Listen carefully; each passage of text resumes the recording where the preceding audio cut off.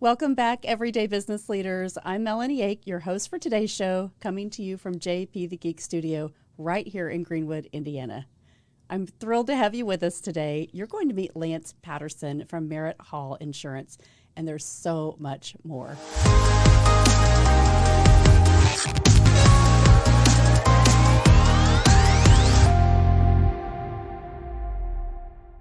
Remember, subscribe to our channel and turn those notifications on so you never miss an episode. We're excited, and here we go with Lance Patterson. Hi, Lance. Good morning. This is awesome to have you in here. I've been begging you for months to get in this seat. It's been a minute. Yeah, it's been a minute, and you're the last show of the year. Well, I'd say the worst for last. No, the best for last.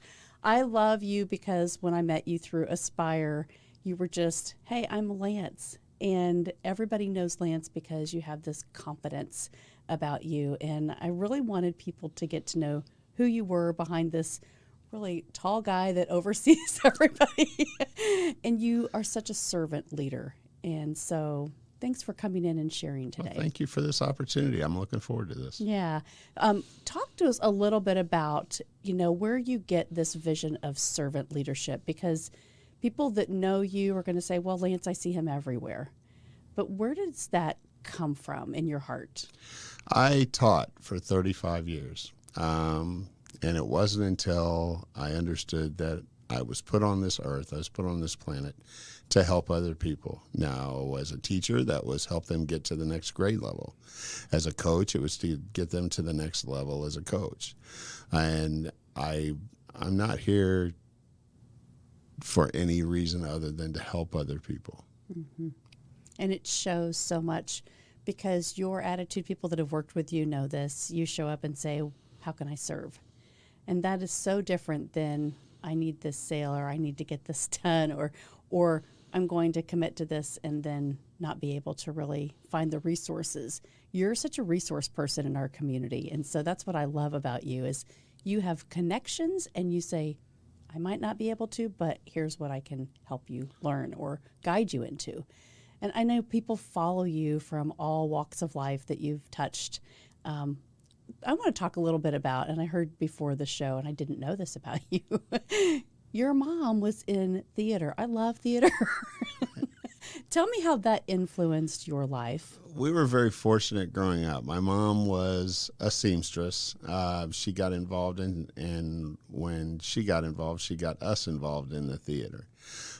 Community theater, a lot of stuff at Footlight as a young child. My earliest memory is probably third grade, doing things. I would be at football practice, and we'd finish football practice, and Mom would come to me and say, okay, we've got to go by the theater before we go home. And I'm like, I just finished football practice, Mom. She goes, I'll get you McDonald's. Well, a kid will do anything for McDonald's. Mm-hmm. So I would go to the theater. I would carry the costumes in, and while she was making the alterations to the costumes and everything, I would sit and watch the rehearsals. And so I have a pretty extensive theater background because of that. Mm-hmm. So watching and appreciating, right? That's what I think I learned listening to you is not just having to be in the show, but being a contributor to everything. That led to, hey, there's a child actor part here. We want you to do that. So I'm like, all right, it can't be that hard. I learned the whole idea of stage presence and projecting your voice and all of that through childhood acting. And then Mom really wanted me to pursue that a little deeper. And I'm like, Mom, I'm an athlete. I don't want to do this. Mm-hmm. So how was that? What was the trade-off like for you? Because, when your parents really want you to be something and that belief that they have in you, when you start to own that yourself, and you go, I think I need to go on this path, that sometimes can be a lot of conflict. Great topic for the holidays, right? Absolutely. Well, that's the hardest thing is when you realize that you don't fit into the mold the idea that they have for you. That's the hardest conversation to have. When I started college, I was going to be an accountant. Mom wanted me to be a CPA. Mm-hmm. I was good in accounting in high school. I started down the accounting road in college, and I realized that perhaps CPA wasn't going to be my best fit for me. I took a summer. I taught kids how to play tennis in the summertime. I took a summer job doing that. When I went back to school, I said, I want to teach. I want to change. And when you tell your parents that you want to change from being a CPA to a school teacher, the screams were just, they may still be echoing because the parents were a little bit frustrated with that. But you're not going to make any money teaching. It's not about money. It's about making lives better. Mm-hmm. And that's what people see from you. Like owning that, if you would have, really continued to believe what someone else believed for you instead of owning that belief. I think that's what really people see in you. You have taken that ownership over what you want to do or what you want to learn and how you want to learn it. And so that's really that organic heart that you have that people see. That's why I'm so excited to have you here today. Well, thank you. Yeah. So when I was on vacation last week, I went into this store in Williamsburg, and it was called The Food for Thought.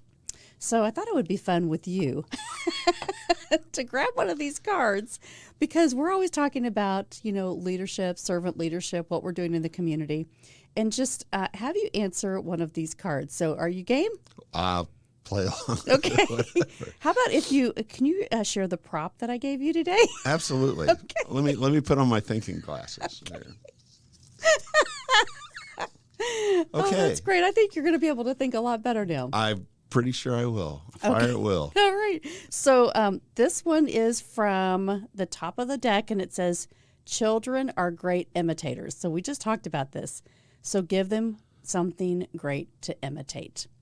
What does it mean to be a good example? Oh, boy. That one came to me through the years of teaching and coaching.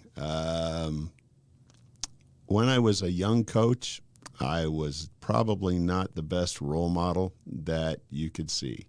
I had the opportunity to work with some guys in Florida, and their whole model around getting better is getting smarter. And when I became a teacher of the game of baseball, I became a whole lot better coach, as it were. Better role model, better person. And that led to the servant's heart that you keep talking about is, I'm here to make these kids better and get them to the next level. And that focus was difficult. So that's basically it. I love that. So they always say, too, that you learn more from your mentee than you do as a mentor. Talk about one of the experiences that rings to your heart to say, gosh, you know what? I was paying attention and I learned a big lesson. The students. I had a student that played baseball. This is baseball. A lot of what I do reverts back to baseball. I had a student that played baseball, and I was hollering at him pretty good at practice, and he came up to me and said, Coach, I'm right here. Just talk to me. And I'm like, I really felt like wringing his neck at the time because, that wasn't what I wanted to hear. But then I was like, if I back off a little bit, less is more. And I became a better coach because I took the teaching and the instructing and the mentorship part of things a lot more seriously. Mm-hmm. That's awesome. Okay, I'll put my little box away. That is so powerful, though, Lance, because many people miss that message.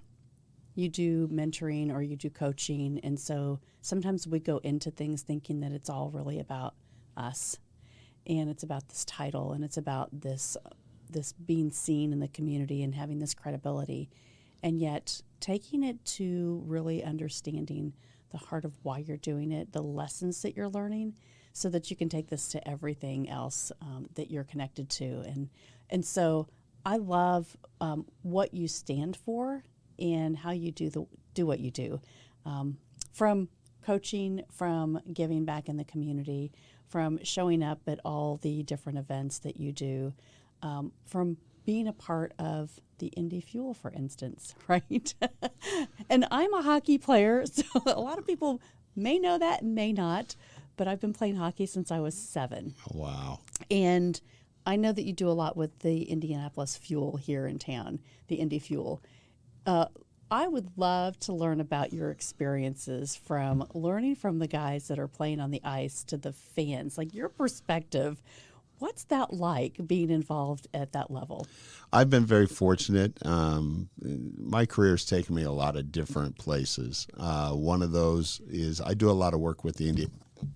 I lost my thinking cap.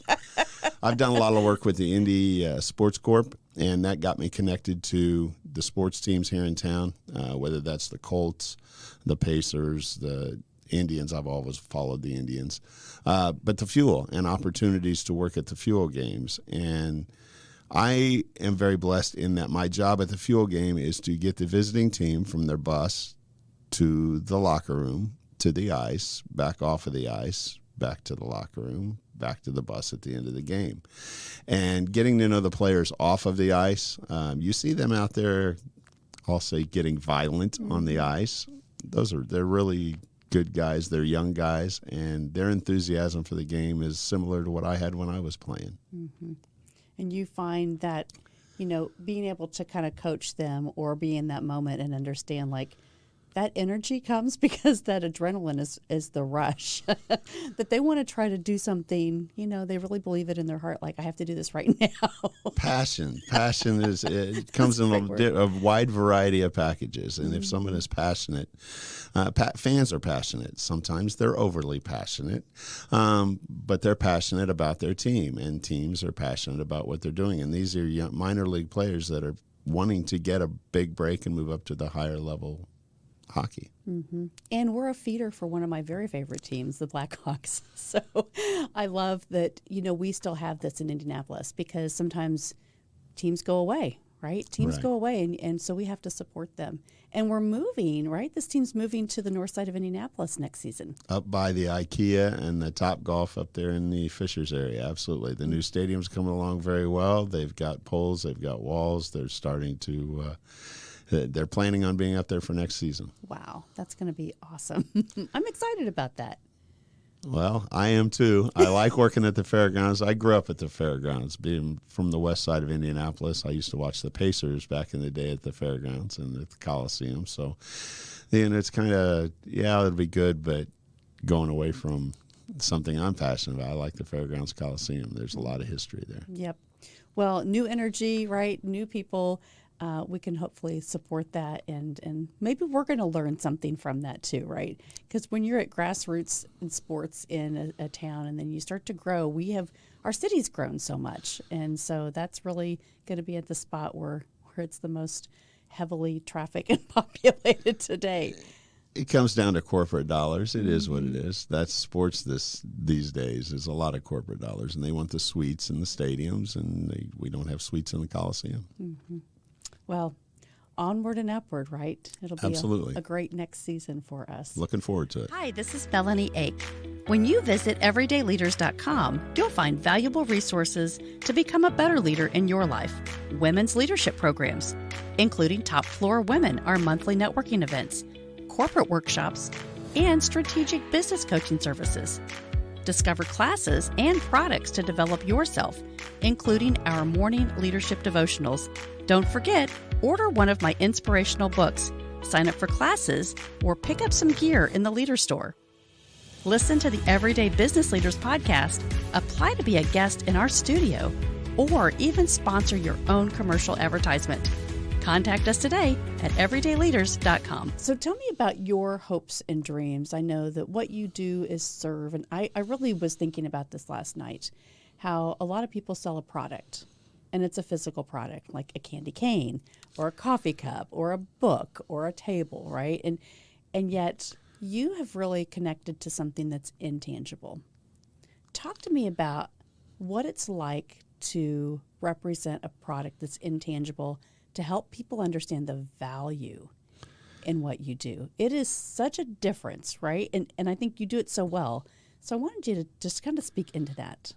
Well, when I left education, my wife says, you need to go into insurance. My wife's been in insurance for over 40 years. She said, we need people like you that care about their clients. And if you start with that, the rest is really pretty easy.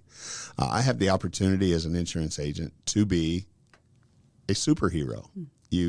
Insurance is something that everybody needs to have. Nobody wants to have until you need it. And if you have an accident or you have a fire in your home, or recently we had a lot of tornadoes come through town, as an agent, I have an opportunity to be a superhero and put the things back that you've lost, whether that's your vehicle or your house, or I can't put family back, but with life insurance, you can make sure that the money that the bread earner was making gets replaced. And so that's about helping people. I mean, my whole industry is about help. I'm here to help you. I really legitimately am here to help you. And there are times I get to be, oh, my rates went up. Well, I'm sorry for that. I don't set the rates. My rates went up too. I have to pay for insurance, guys. It's not something that I'm selling that I don't have to have. But the bottom line is, when a disaster, when a catastrophe occurs, I have the opportunity to be somebody's superhero. And that's pretty cool. It is pretty cool, because you're right. People don't know they need it until they have to have it, until something happens and they wish they would have planned differently. And so, but taking them through that process to understand that it's not something you can reach and touch and feel, but it is an emotional connection. Somebody that sells a product like that, it takes a different skill set. My education background has helped me quite a bit with that, because I just educate people. I'm here to teach you what you don't know. There are a lot of people in this world that pay for insurance over and over and over again and don't have any idea what they're paying for. And if you want to know, I'll take the time to slow down and tell you. I'm not an order taker like somebody at a McDonald's. I can't reach around behind me and grab a Big Mac. If you need insurance, I can't do that. I have to explain to you what is good for you, what is bad for you, and then ultimately it's your decision. But education, it comes down to the more you know, the better you control your destiny. So for all of the listeners that we have today over the holidays and they're making decisions for 2024, what would you say would be one thing that they can get out a policy and say, I need to make sure that I'm covered for this? Oh my goodness gracious. That's a tough question. Is there anything, because a lot of people say, oh, I don't know that I have that on there, or it's really important, and if you miss it, it could be detrimental.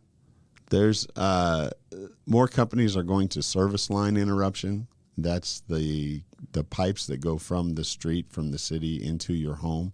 And for a long time, those things weren't covered. Well, now companies are covering that. The one thing I really want people to understand is insurance is not a maintenance policy. It's to cover catastrophic loss. And there are a lot of people that, I'm going to use my insurance to get a new roof. Well, if it's because of a catastrophe, we'll cover that. But not all roof replacement needs to be that way. Like not all automobile stuff needs to be done by your insurance company. It's insurance covers the result of something, oh gosh, we could get really, really deep into it. Not laziness? But it's not a maintenance thing. It's there to take care of accidents, and they're called accidents because they're not planned. And that's why having a heart to serve is so important when you think about that, because that's the connection of I want to be taken care of, right? I want somebody to be able to comfort and take care of and ensure that things are going to be okay when you really need it. We try really hard to put people's mind at ease, because when you put your head down on the pillow at night, there are a lot of things that will keep you awake. We don't want your home or your auto or your personal being to be one of those things. So talk to me about Johnson County. You are serving as an ambassador. We're on the Aspire Johnson County Chamber Alliance, I think we can say. I said that wrong. I'm sorry. But serving as an ambassador is bringing new members in and helping them understand the programs and being there as a resource. Talk to me about why you love doing that so much. It's about education, and again, it's about helping people. People don't know what the Chamber has to offer. We're very fortunate here in Johnson County. We have a very thriving, very vibrant Chamber, and if businesses get involved with that, the more you get involved, the more you get to know people. A lot of it is about networking. Now, when I taught, I didn't understand the power of networking as much as I do now, because the students had to come to me every day. I had a captive audience day after day after day. Once I started into business, I realized they're not coming to me. I've got to get out and meet some people. You have to take action, right? I had a mentor that actually said, you need to get involved in networking. Well, I've done a lot of networking. I do a lot of networking. And in that, I know a lot of people. And if I don't know somebody, I want to find out, fill those voids. And if I can't do something for you, I want to be able to fill that void with somebody that can. So you get out and meet a lot of people. Being involved in the chambers give me that opportunity. It's been a huge opportunity. There's a lot of different businesses here just in Johnson County. Now, having taught in Johnson County for 18 years, I know a lot of people. And so this is my, what do they call that, center of influence, right, is this area right here, because I happen to know a lot of people in Johnson County. And I want to connect those people. There's life outside of Johnson County. I'm not saying it's the only thing for you, but there's a lot right here. We're very fortunate. We're very blessed. It's one of the biggest growing, fastest growing communities in the state of Indiana. And I want to help people do that. Well, and that's what I think about, right? The fuel is moving to the northeast side. However, this is really the community that has been thriving. When we look at the last couple of years, I know we've grown over 250 members just since I've been a part of it. And I think, wow, it's because of people like you that are committing to leading our new members through the process and saying, look, there's a lot to offer, but there's also a lot to connect. If you want to step in and get involved in an organization, this is a great way to do it as a business owner. We are a team. We're a team, and life is about teams. Which team are you going to be on? Are you going to be on a good team that is moving forward, or are you going to be on a team that's not going anywhere? And the team that is connected with the Johnson County Chamber is a very strong team, from the office people to the ambassadors, such as yourself and me, and to the other business owners. I mean, everybody, they're like-minded. Everybody has I want to do something that can help you, and helping. It all comes down to helping, and helping's all biblical. I get that. But it's a situation where, how can I help you? If I can help you, eventually that will come back to me somehow, somewhere, some way. And that's not my goal. I don't do it to help, to get it back to me. I do it because I genuinely care. I want to see people get better. Somebody helped me along the way, or else I wouldn't have gotten out of the area I grew up in into a different area. But somebody helped me, and so pay it forward and help somebody else. What have you learned about failure? I don't lose, I learn. With failure, there's a lesson. There's been a lot of times in my life where I fell just a little bit short of being the championship team. I've come in second place a lot in my life. Okay, well, what are you going to do with that? And the whole I don't lose, I learn philosophy is, there's something to be learned from that. Sometimes you have to dig very, very deeply to figure that out. But there is always a lesson to be learned from that. And experience is invaluable, whether it's a good experience or a bad experience. Whether it's a good experience or a bad experience, I'm going to read something for you, of course. Every day I read this John Maxwell Daily Reader, and it's really 365 little phrases or quotes or ideas from all of his books. And he's written like 97 books. But we were talking about failing forward today, and it made me think, like, gosh, all the things that you do at this point in your life to know what success really looks like or what you want it to be. This just had a sentence in here, and I thought I wanted you to speak into this, and you kind of did here. It says, failures are milestones on the success journey. Each time you plan, risk, fail, reevaluate, and adjust, you have another opportunity to begin, only better than last time. And so this talks about Thomas Edison and when his laboratory burned to the ground.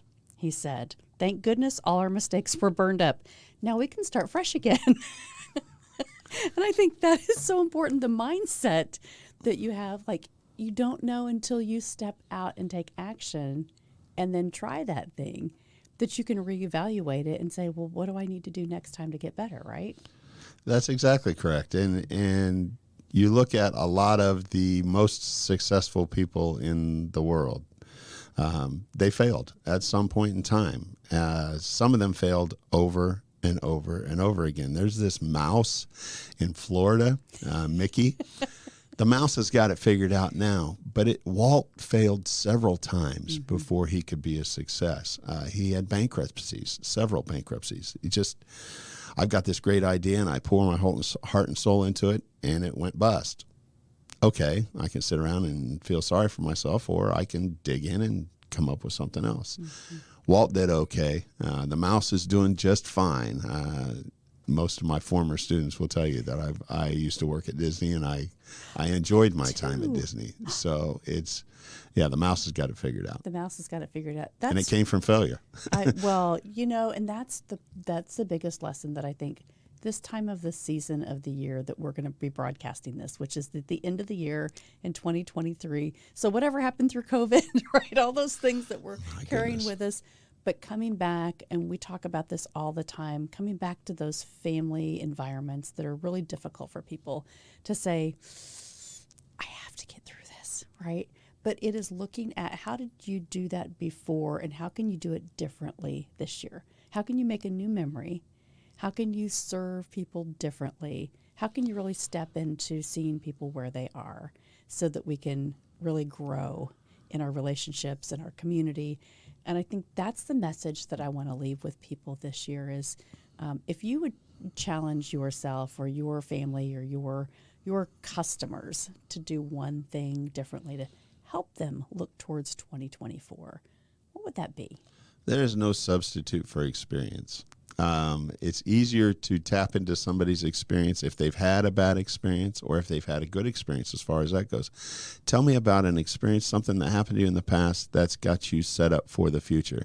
You're right. This is a time of year when a lot of people are very reflective and reflect back on what has happened this year. This year has gone by so quickly for me that and it all runs together. And quite honestly, that's happened on post-COVID a lot. I couldn't tell you when COVID happened. It seems like it just happened yesterday, but that's been several years ago. And there's a threat of another outburst coming soon. So what have we learned from that? Well, we have to take some steps to make sure that it doesn't get to that level again. But what do I want? I want people to be able to look at their past and figure out what has been a success. Okay, let's tap into the success. What has been a failure? Okay, let's avoid that failure before, that experience that, my engine blew because I didn't properly maintain the oil. Well, okay, car maintenance is important. Let's make sure we do that. Or, my house burnt down because I wasn't paying attention to the grill on the back porch and things took off from there. Okay, let's pay a little more attention when we do something like that in the future. So it's got to do with experience. And the younger folks that I share time with mentoring, I try to pass on those my experiences so that you can learn from my experiences instead of having to suffer through my personal failures yourself. Well, it's if we don't start to become better leaders, right, in our community, I think showing people that we're going to go the way, we're going to try to show them the way and really be a part of it. And so being that mentor that you are, being able to really help people identify with you, I think that's your organic authenticity, that everything that you've done, the people that you touch, they listen to you because you're just Lance. I'm just a guy. Right. I'm a poor working schmuck like everybody else. I've had a lot of life experiences, and I'm willing to share those experiences with anybody that will take the time to listen. Mm-hmm. Well, I so appreciate you coming by today. This has been really awesome to have you as the kind of the end cap show for the year to help people get inspired, to help them think about the things that they need to do, assessments that they need to make, and how they can make a change for 2024. Well, thank you very much for that opportunity. This is great. Great. And we'll see you at the next Aspire event, I'm sure, at Coffee Connections or somewhere in the community. I will be involved in the community somehow, somewhere, some way for a long time to come. See you at the Fuel game. There we go. All right. Let's Thanks, go Lance. Fuel. Have a Merry Christmas. You do the same. Thank you. Thanks. Thank you for tuning in today to the episode with Everyday Business Leaders in Lance Patterson. We hope you had a great time growing and thinking differently about your business, how to be involved in our community, and remember the growth of journey and innovation never ends. And it's our mission to keep bringing you the best insights from our local community. So stay tuned for more episodes filled with wisdom, innovation, and inspiration. This is Melanie Ake signing off from JP the Geek Studio, where better IT service is just a call away. They say own it, secure it, and protect it. Until next time, don't forget, subscribe to our channel and turn those notifications on so you'll never miss an episode. Everyday Leaders helps you to develop strategies to become a better leader in your life. And remember, just like what Lance said, it's not what you do in a day. It's what you do every day that makes the most impact. Thanks for joining.